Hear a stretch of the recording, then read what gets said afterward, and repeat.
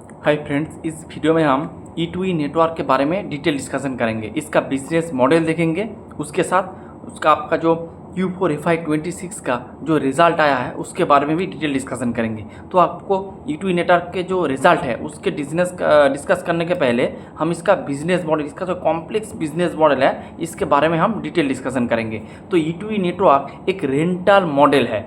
Rental model क्यों है? ये लोग क्या करते हैं, ये लोग AI बेस्ड जो क्लाउड इंफ्रा एक कंपनी है, ये लोग AI बेस्ड क्लाउड बनाते हैं और ये लोग NVIDIA से GPU चिप लेके आते हैं और उसको ये लोग रेंट पे दे देते हैं। उसके साथ ये लोग L&T के साथ मिलकर डेटा सेंटर भी बना रहा है और डेटा सेंटर को भी ये लोग रेंट पे दे रहा है।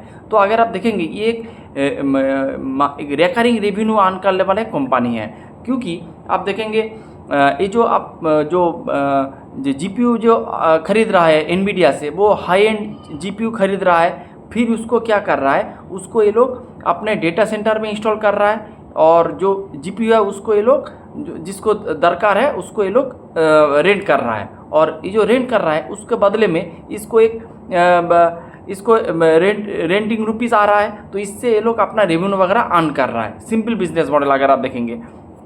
उसके साथ अगर आप देखेंगे जो इसका अगर कैसे काम करते हैं देखेंगे, तो ये लोग पहले डेट या फिर इक्विटी से अपना कैपिटल रेस करते हैं। कैपिटल रेस करने के बाद ये लोग जो हाई एंड जो GPU है, CPU और GPU के जो आपका डिफरेंस है, CPU क्या होता है, जो आपका जो पुराना कंप्यूटर में जो लगा रहता है उसे कहते हैं आपका CPU, और CPU से बहुत एडवांस जो सिस्टम है उसका नाम है GPU बनाते हैं कि आपका जो NVIDIA जो हार्डवेयर कंपनी है वो GPU बनाते हैं, और GPU को ये जो आपका जो E2E नेटवर्क है उस हाई एंड GPU को NVIDIA से खरीदते हैं। खरीदने के बाद ये लोग इसको जो आपका जो इंडिया डेटा सेंटर है उसमें डिप्लॉय करते हैं और इस GPU को ये लोग रेंट पे देते हैं, और उस रेंट देने के बाद आपको एक रेंटल इनकम आएगा।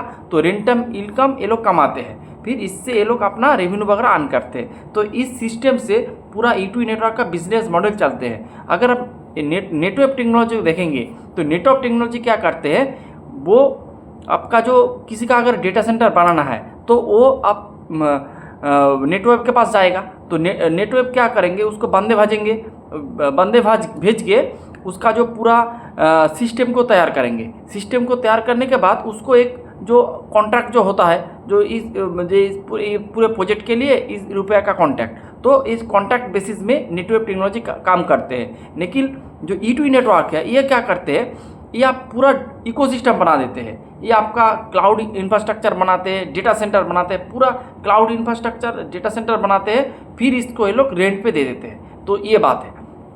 उसके साथ अगर आप देखेंगे तो इसमें जो रिस्क है, E2E नेटवर्क इस बिज़नेस में जो रिस्क है कि एक हाई कैपिटल इंटेंसिव एक बिज़नेस है, क्योंकि आपको NVIDIA से वो high costing high performing GPU chip खरीदना पड़ रहा है, फिर उसको क्या करना पड़ रहा है, उसको डेटा सेंटर आपको बनाना पड़ रहा है, फिर आप उसको रेंट पे दे रहे हैं। तो आपका जो बिज़नेस मॉडल है वो एक हाई कैपेक्स वाला बिज़नेस मॉडल है, यानी कि अपफ्रंट आपको इन्वेस्ट करना पड़ रहा है। लेकिन नेटवर्क में क्या हो रहा है, नेटवर्क में आपको अपफ्रंट आपका इन्वेस्ट नहीं करना पड़ रहा है, जो इन्वेस्ट कर रहा है कोई थर्ड पार्टी कर रहा है, और ये लोग उसको बनाने का जो इसको चार्जेस वगैरह है, जो इसको पेमेंट टर्म है, उसको लेके ये लोग कर रहा है। तो इन्वेस्टमेंट आप नेटवर्क टेक्नोलॉजी नहीं कर रहा है, नेटवर्क टेक्नोलॉजी पूरा बनाने का काम कर रहा है। लेकिन यहाँ पर E2E नेटवर्क पूरा इंफ्रास्ट्रक्चर बना रहा है, इसीलिए इसको जो E2E नेटवर्क का जो एक कैपिटल इंटेंसिव बिजनेस है, इसीलिए E2E नेटवर्क। तो ये बात है।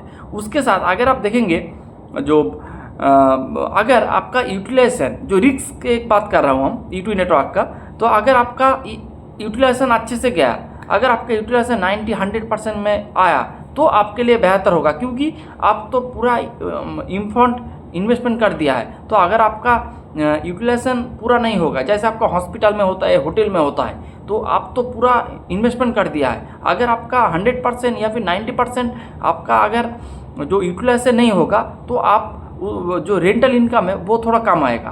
तो इसीलिए इस बिज़नेस में E2E नेटवर्क को देखना पड़ेगा उसका यूटिलाइजेशन अगर इसका हाई होगा तो इसके लिए बेहतर होगा। तो ये मोटा मोटी बात है। तो इसके बाद अगर आप इसका रिजल्ट देखेंगे और उसके साथ और एक बात है कि ये लोग सॉवरिन क्लाउड सिस्टम ये लोग बना रहे हैं। सॉवरिन क्लाउड सिस्टम का मतलब होता है कि क्लाउड सिस्टम तो आपका अमेजोन का भी है, गूगल का भी है।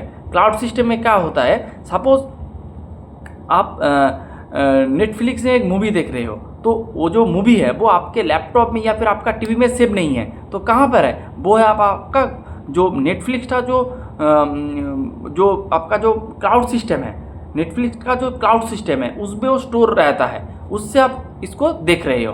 तो ऐसे काम करता है। अगर आप कोई गूगल में कोई पिक्चर को सर्च कर रहे हो या फिर कोई आप पिक्चर को थोड़ा अलग लेवल के बना रहे हो, कुछ उसमें कुछ डिज़ाइन का काम कर रहे हो, तो वो तो आपके लैपटॉप में या फिर आपका मोबाइल में सेव नहीं है। वो कहाँ सेव है, वो कहाँ से आ रहा है डेटा, वो आ रहा है आपका जो क्लाउड से आ रहा है। वो क्लाउड किसी का बनाया हुआ है, उसमें पूरा डेटा वगैरह भर दिया है और उस डेटा आपके पास आ रहा है। ऐसे ही आपका क्लाउड सिस्टम काम कर रहा है। और अगर आप देखेंगे जो E2E नेटवर्क एक सोवरिन क्लाउड सिस्टम ये लोग बना रहा है। सोवरिन क्लाउड सिस्टम में क्या होगा, यानी ये पूरा इंडिजीनियस है। ये जो पूरा सिस्टम या फिर जो सब कुछ इंडिया का बनाया हुआ है। तो अगर इंडिया का कोई डिफेंस हो या फिर कोई DRDO जो आपका डेटा लीकेज होने का जिसमें खतरा हो सकता है, डेटा अगर लीकेज हो जाए, तो इस तरह का सेगमेंट में इस सोवरिन क्लाउड सिस्टम बहुत काम का चीज़ है। तो इसीलिए सोवरिन क्लाउड सिस्टम भी E2E नेटवर्क बना रहा है। तो इसीलिए इसका अगर आप देखेंगे कैश फ्लो वगैरह सब माइनस में है, क्योंकि इसका अपफ्रंट जो कॉस्ट है इसको बहुत इन्वेस्ट करना पड़ रहा है। उसके बाद जब ये लोग रेंट करेंगे, फिर यूटिलाइजेशन बढ़ेगा, तब इसको प्रॉफिट वगैरह होंगे। तो मोटा मोटी ये बात है। आप इसका और अगर आप इसका रेवेन्यू स्ट्रीम के बारे में देखेंगे तो इसका जो मेन बिजनेस है वो है इसका क्लाउड GPU, यानी जो NVIDIA का जो चिप ये लोग रेंटल में जो रेंटल करते उससे जो इनकम आते हैं वो हो गया आपका क्लाउड GPU। फिर ये हो गया कि TIR करके एक है जो इंटीग्रेटेड सिस्टम है। इंटीग्रेटेड सिस्टम का मतलब होता है तो आप तो GPU तो रेंट पे दे रहा है, उसके साथ ये लोग कुछ खुद का कुछ बनाया हुआ सॉफ्टवेयर है जिसको ये लोग रेंट पे देते हैं, उससे भी इसको एक रेंटल इनकम आते हैं। तो ये जो TIR है वो एक इंटीग्रेटेड सिस्टम है। उसके बाद AI लैब्स और सर्विस, यानी जो एजुकेशन पर्पस में, जैसे आपका कोई IIT में NIT में, तो अगर आप उसका जो स्टूडेंट वगैरह पढ़ रहा है अगर उसके पास हाई एंड टेक्नोलॉजी नहीं रहेगा तो वो स्टडी में पीछे चला जाएगा। जैसे अमेरिका में आपको इस तरह का फैसिलिटी मिलता है, इसीलिए वहाँ का जो स्टूडेंट है वो इतना डेवलप है। लेकिन इंडिया में इस तरह का सुविधा नहीं मिलता है, इसीलिए सरकार ने भी इसके ऊपर बहुत जोर दे रहा है और जो बड़े बड़े जो इंस्टीट्यूशन है वो भी जोर दे रहा है। तो इस वाले सेगमेंट से इसका भी थोड़ा कुछ रेवेन्यू आते हैं। फिर इसका जो एंटरप्राइज और गवर्नमेंट है, जो आप देखेंगे जो गवर्नमेंट भी आप अपना जो कामकाज को बहुत अच्छे से डेवलप करने के लिए AI का यूज़ कर रहा है, तो इस सेगमेंट में भी कुछ इसका रेवेन्यू वगैरह आन होता है। तो ऐसे ये लोग मोटा मोटी काम करते हैं, तो इससे इसका रेवेन्यू वगैरह आन होता है। तो ये मोटा मोटी business model, risk, revenue source कैसे काम करते सब कुछ मैंने बता दिया है। अब चलते हैं इसका रेवेन्यू में। अगर आप देखेंगे टॉप लाइन बहुत अच्छे से ग्रो किया है, लेकिन बॉटम लाइन उतना अच्छे से नहीं ग्रो किया है। अगर आप इसका जो पैट मार्जिन है वो बहुत अच्छे लेवल से डिग्रो हुआ है, नीचे आया है, डिग्रो नहीं, माइनस में नहीं गया है, लेकिन थोड़ा गिरा है। इसी वजह से आप देखेंगे इसका पैट जो 136 करोड़ था वो गिर के आ चुका है 65 करोड़, यानी ऑलमोस्ट -52% से इसका पैट डिग्रो हुआ है। उसके साथ FI 25 वर्सेस 26 देखेंगे तो +29 करोड़ था, वो घटकर हो चुका है -6%। तो इसका टॉप लाइन बहुत अच्छा है, लेकिन बॉटम लाइन में दिक्कत है इसका। लेकिन अगर आप इसका मंथली रेवेन्यू रन रेट देखेंगे तो जो रेंट कर रहा है उससे जो इसका रेंटल इनकम आ रहा है उसको अगर आप देखेंगे तो वो मोटा मोटी इंक्रीज़ हो रहा है। अगर आप देखेंगे Q4 में था 11.2 करोड़, Q1 में है 14.5 करोड़, Q2 में 16 करोड़, फिर Q3 में 28 करोड़, Q4 में 37 करोड़। ऐसे लोग जो रेंटल इनकम है जो वो धीरे धीरे ऊपर की दिशा में जा रहा है, जो कि मेरे हिसाब से बहुत ही अच्छे है। उसके साथ मैनेजमेंट ने एक बात किया है कि अगर इसका यूटिलाइजेशन अच्छे लेवल पे गया तो इसका जो EBITDA मार्जिन ये 70+ भी हो सकता है। तो क्योंकि आपका पूरा खर्चा वगैरह हो रहा है पहले, तो उसके बाद अगर आपके यूटिलाइजेशन अच्छे रहे तो आप 70-80% तक अपना EBITDA मार्जिन ये लोग उठा सकते हैं। तो ये बहुत ही अच्छी बात है। उसके साथ अगर आप देखेंगे ये जो पैसा उठाते हैं ये इक्विटी डाइल्यूट भी करते हैं, उसके साथ डेट के साथ ये लोग पैसा उठाते हैं। अगर आप इसका कैपेक्स देखेंगे FY25 में ये लोगों ने ऑलमोस्ट 870 करोड़ का कैपेक्स किया है और FY26 में 696 करोड़ का कैपेक्स किया है और अभी यूटिलाइजेशन है 60 से 65%, यानी इसका यूटिलाइजेशन और भी बढ़ेगा इन फ्यूचर। तो जितना इसकी यूटिलाइजेशन बढ़ेगा उतना इस बिज़नेस के लिए अच्छा है।